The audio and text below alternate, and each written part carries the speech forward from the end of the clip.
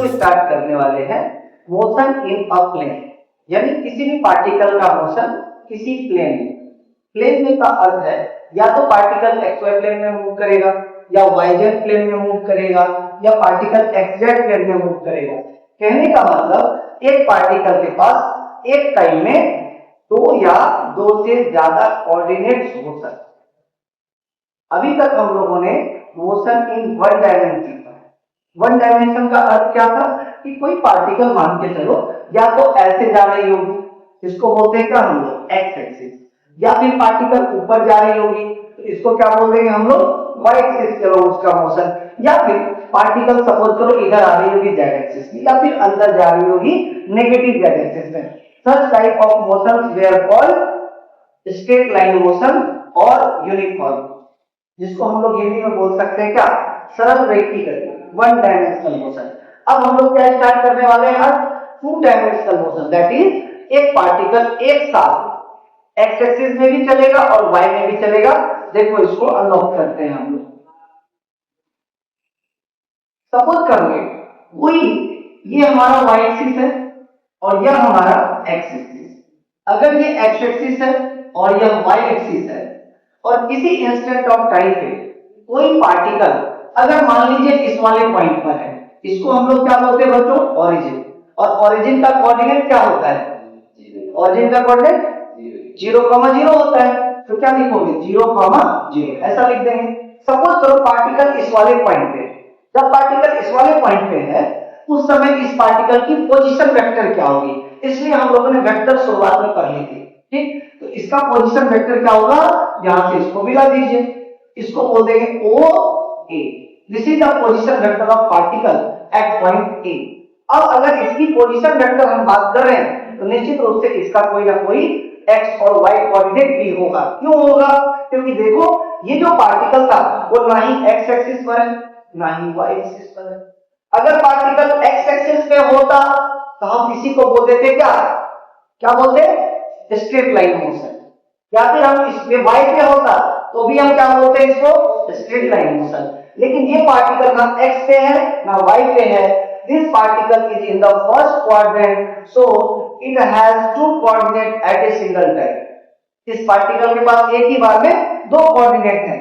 जैसे अगर मैं ए पॉइंट की बात करूं तो मैं ये कहूंगा ए पॉइंट पर इसका एक्स कोऑर्डिनेट और वाई कोऑर्डिनेट दोनों होगा। तो देखो ध्यान से, अगर इसको आप मिला देते हो इसको क्या बोलोगे वाई कोऑर्डिनेट यानी हाइट, और इसको मिलाओगे तो क्या बोलोगे एक्स कोऑर्डिनेट। अगर यह आपका एक्स है इसका नाम रख लो बेटा x1 और इस हाइट का क्या नाम रख लो y1।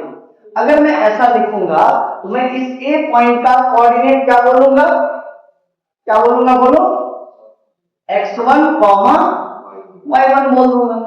अब सपोज करो कि यही पार्टिकल ए से चलकर बी पे चली जाती है। ए से कहां चली गई बी पे।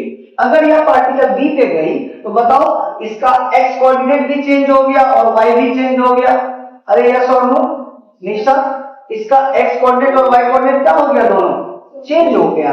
अगर चेंज हो गया तो b के कोऑर्डिनेट को हम क्या बोलेंगे, ध्यान से देखो, इसको मिला दोगे, इसको मिलाओ तो ये क्या है एक्चुअल में कौन सा कोऑर्डिनेट है, ये हाइट कौन सा कोऑर्डिनेट है y कोऑर्डिनेट है।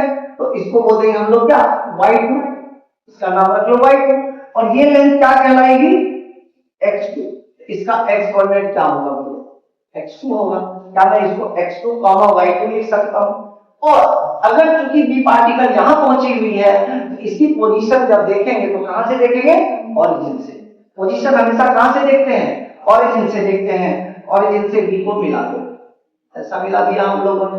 अब आप ही देखो ध्यान से कि अगर मैं इसको बोलूं ट्रायंगल ऑफ वेक्टर एडिशन, क्या ट्रायंगल ऑफ वेक्टर एडिशन, हम क्या बोलेंगे इसमें from triangle law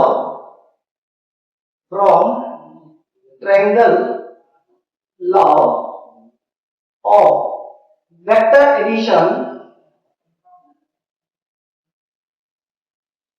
triangle of vector addition क्या सिखाया हमको कि ये वाला वेक्टर प्लस ये वाला वेक्टर इक्वल टू ये रिजल्टेंट वेक्टर, यानी दो वेक्टर ट्रायंगल में एक ऑर्डर में चलते हैं, उनका सम तीसरे वाले वेक्टर जो कि अपोजिट ऑर्डर में चल रहा है उसके इक्वल होता है। कैसे? हम ऐसे बोल देंगे ओ ए वेक्टर, देखो ओ ए वेक्टर का एरो ऐसा है, ए बी वेक्टर का भी एरो ऐसा है, तो दोनों एक ऑर्डर में चल रहा है। क्या बोलोगे? O A vector plus A B vector equal to, गौर से देखो ओ बी वेक्टर कैसे चल रहा है? अपोजिट ऑर्डर में। ये लोग देखो ऐसे घूम रहे हैं क्लॉकवाइज, तो ये वाला बोलता है मैं एंटी क्लॉक जाऊंगा, अपोजिट डायरेक्शन में ही नहीं सुनो, तो क्या लिखोगे इसको? O B, right. अब हमारा ए बी ही तो डिस्प्लेसमेंट है, हमारा डिस्प्लेसमेंट क्या है? ए बी है, तो मैं इसे लिखूंगा A B vector equal to O B vector minus O A vector. अब आपको ध्यान होगा इसको, ये जो पोजीशन है x2, y2 या फिर x1, y1, अगर मैं इसको ओ बी वेक्टर लिखता हूं, क्या मुझे इसको x2 i cap plus y2 j cap लिखना चाहिए?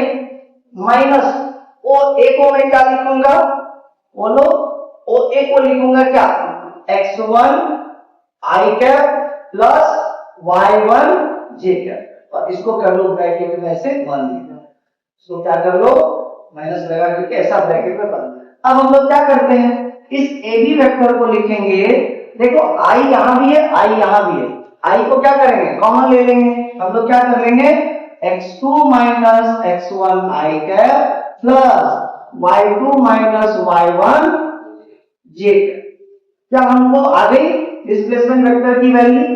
इसी ए बी को हम लोग बोल सकते हैं डिस्प्लेसमेंट वेक्टर। और पता है जिस समय आपको वेक्टर पढ़ाया था मैंने ये कहा था this is r1 vector, this is r2 vector and this was r2 minus r1, so this was our delta r vector. आप ज्यादा नहीं समझ पा रहे, आप सिंपली समझो दिस इज r वेक्टर, इसको किससे डिनोट कर दिया हम लोग?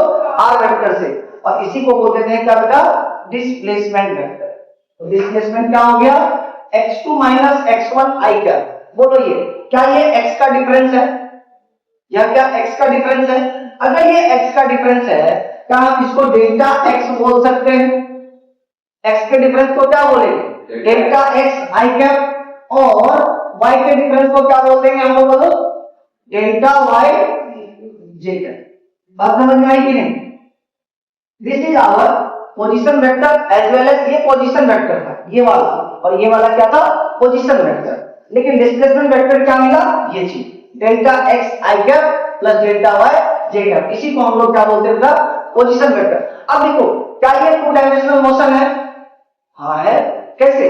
क्योंकि इसका एक साथ x कोऑर्डिनेट भी हमको मिल रहा है और y कोऑर्डिनेट भी मिल रहा है, इसलिए इसको क्या बोलते हैं हम लोग? टू डायमेंशनल मोशन बोलते हैं। अब समझ में आ गई? इसको नोट करिए सब लोग, फिर आगे